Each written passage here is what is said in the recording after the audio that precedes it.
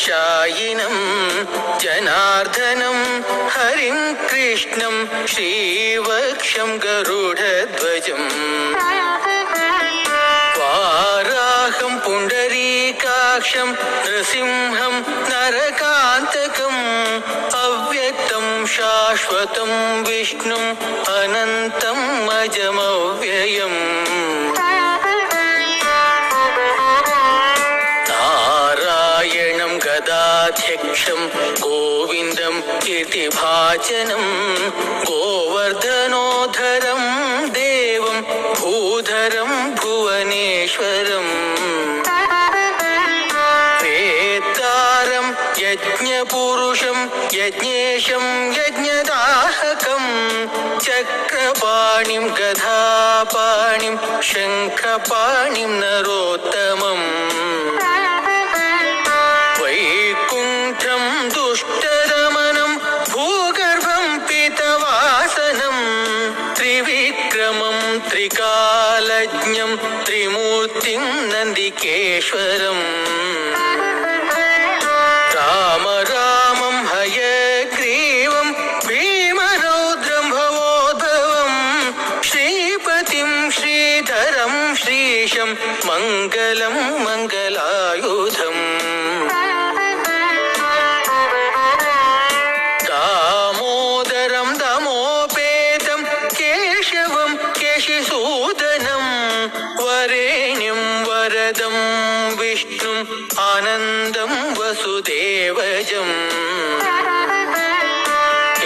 हिरण्यरेतसं दीप्तं पुराणं पुरुषोत्तमं सकलं निष्कलं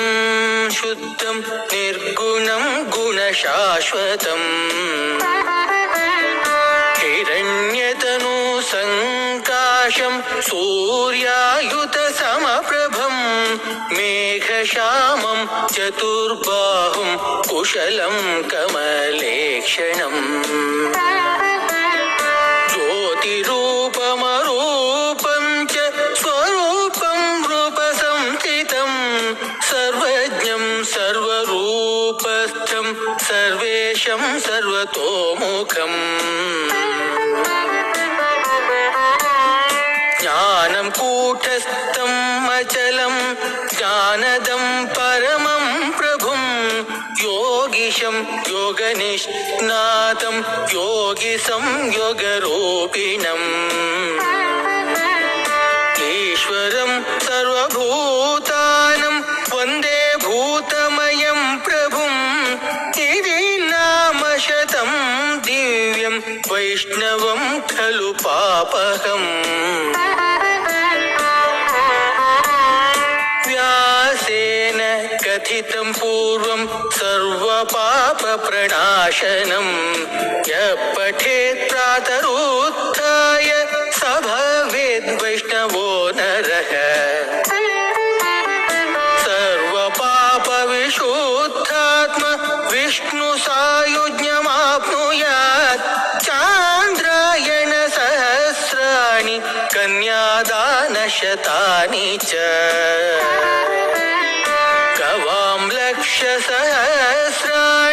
मुक्तिभागी भवेन्नरः अश्वमेधयुतं पुण्यं फलं प्राप्नोति मानवः इति श्रीविष्णुपुराणे श्रीविष्णुशतनाम